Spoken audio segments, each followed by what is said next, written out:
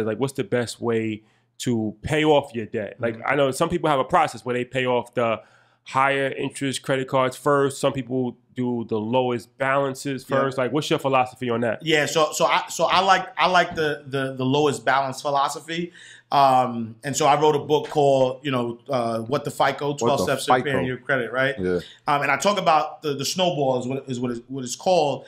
But the reason though, right? The reason why the philosophy on taking your lowest balance and paying that off first is important is because you want some small wins, right? It's the mindset. I've seen people who try to say, all right, you know what? This credit card is charging me the highest interest rate, and so I'm going to pay that one first. And then they're paying the minimums, and they're trying to pay that off, and they wind up looking at their credit card balances each month, and it looks like nothing is going anywhere. They get discouraged. They wind up doing something else because they don't see any forward motion. The best way to pay down credit card debt it will always be to take all of your credit cards, put them in order from smallest to largest balance. Make sure that you pay off the minimums on all of the cards, but it's going to start with a budget, right? You're going to have to budget a certain amount. You're going to say, you know what? I'm going to budget $400 each month towards debt.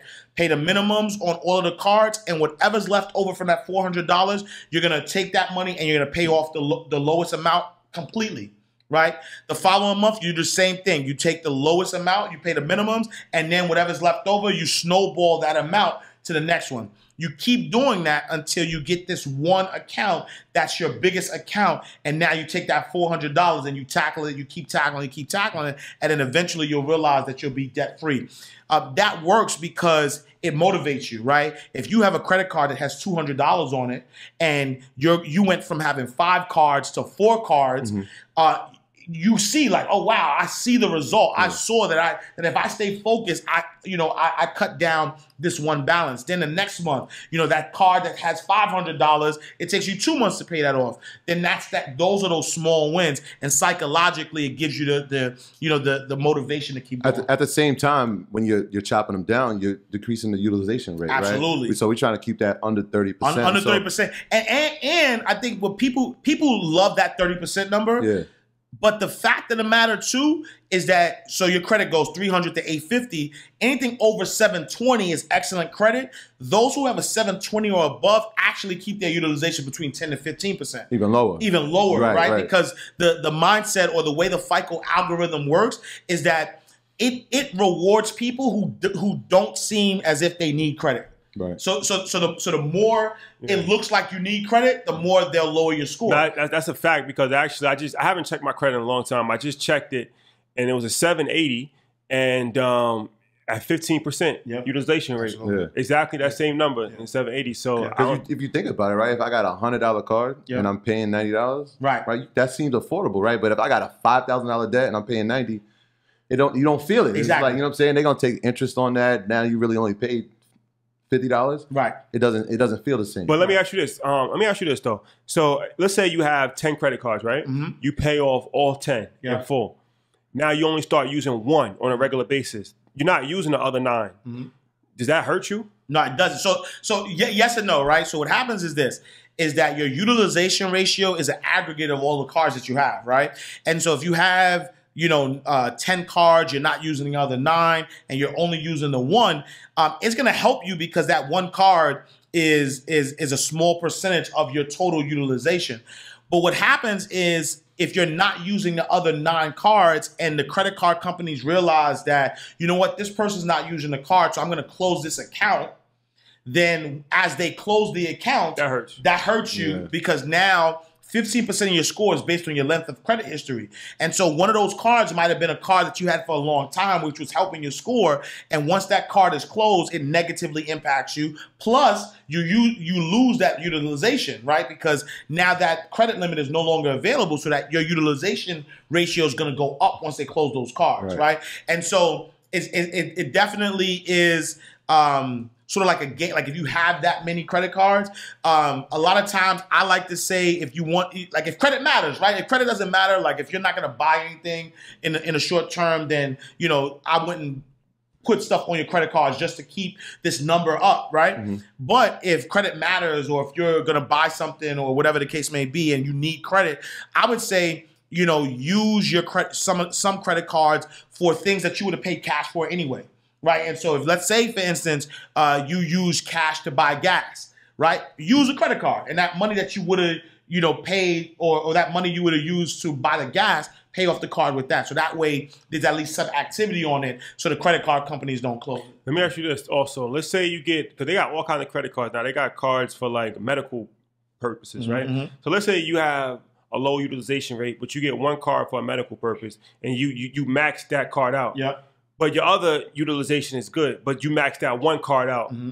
That hurts you? It doesn't, because it's the aggregate, right? Okay. And so if let's say you had 10 cards with $1,000, right? And you max out one card at $1,000, your utilization is still only 10%, right? Because your total available limit is 10,000 when you look at all the cards. And so that's what I was saying, where when you close it can hurt you. Because if you max out at $1,000, and let's say the 9 cards say, you know what, he ain't using these cards, so let me close these out. Now your utilization go from 10% to 100%, and that's going to immediately, dive your credit. That's a smart strategy, though, right? If you have 10 cards, maybe you have 10 different purposes. So if it's a supermarket, or if it's gas, or if it's electronics or something like that, like you have a purpose for each one. Not just like I'm randomly, all right, that one's max, let me go to the next. You know what I'm saying? Make a purpose for each card. Yeah, because credit card debt is the worst type of debt that you could possibly have, right? Like credit card debt, you're paying more than what it's worth. So and student loan. Yeah, and student loans. I mean, but even with student loans, at least with student loans, you get a degree. You're able to, like, you know what I'm saying? Like I'm not a, because I didn't get a degree till later on in life, so I could go either way with student loans. Yeah, me too, man. But credit cards are like, there's no reason why you should be paying credit card debt. You know what I'm saying? All right. That's good information. Very good information. So let's go retirement plan, right? That's another question I got in the DM. Okay. So 401k, IRA, Roth IRA. Can we start with the 401k? Why is it a good idea for people to put money into a 401k? Man, so the 401k is like free money. So first of all, is this, right?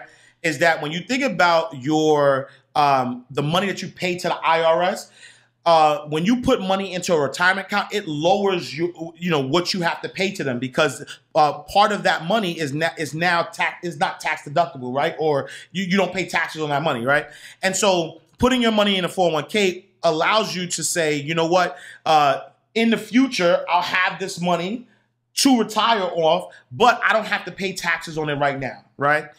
But also, a lot of employers will match your 401k. So they might match you up to 4%, which means that 4%, 6%, 4% has been sort of like the industry norm that I've heard.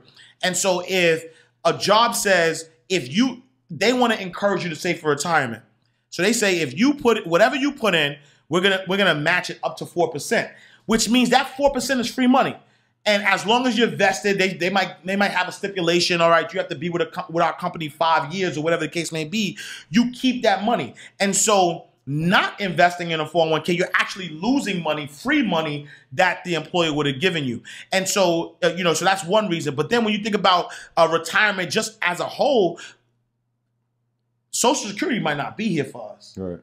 And so by the time we become of age and it's time to retire, there's going to be a certain number that you're going to need each month to live off of, and you're going to want to have an account that will be able to supply some of that income, so that you don't have to be 60, 70 working at Walmart. So in the terms of people who come from the education field, obviously, I mean, I speak to teachers all the time.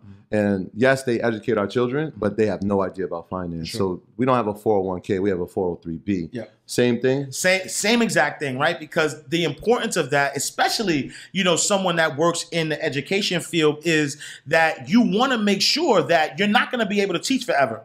And then when it's time for you to leave that, that institution, you want to be able to have money coming in. You want to diversify your income. And so putting that money out up front is going to allow it to grow. And if you find, right, so a lot of people are like weary, especially when you think about the Bernie Madoffs and what happened in the the Great Recession, 2008, 2009. People are like leery of putting their money in the markets. But if you remove that isolated incident out, on average, when you look at the stock market, markets are, it's always positive, right? And so just kind of keep an eye out on where your money's being invested. But that money is also it's not like the money that you put in is just not going to stay at the amount that you put in. You're actually going to earn interest on that, and that money's going to grow through compound interest. So that way, what you start off with is going to give you a nice little cushion for you when you retire. Yeah, and also the Roth is another great way to save I love as well. The Roth. Yeah. That's the way where you don't pay you don't save money on taxes today, but it's tax free later on. Absolutely. Right? And honestly, I like that better, right? Because what happens is this, tax deductible means that I can deduct this amount. If I put $10,000, or let's say I put $5,000 towards my retirement, and I made $45,000, then I could deduct that $5,000 off my taxes. I'm paying $40,000 in taxes, but then now that $5,000 that I put, when it grows to $100,000 when I retire, I now need to pay taxes as I withdraw that money, right? And so it's tax deductible, but you pay taxes later. And the whole thought process is that when I get older, I'll have a lower tax burden, and so that works that way.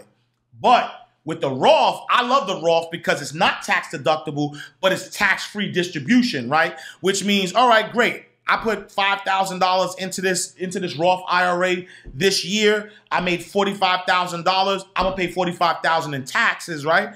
But now that $5,000, when it grows to $100,000, and I could withdraw it tax-free. I never have to owe the IRS anything on that money, on that growth of that money.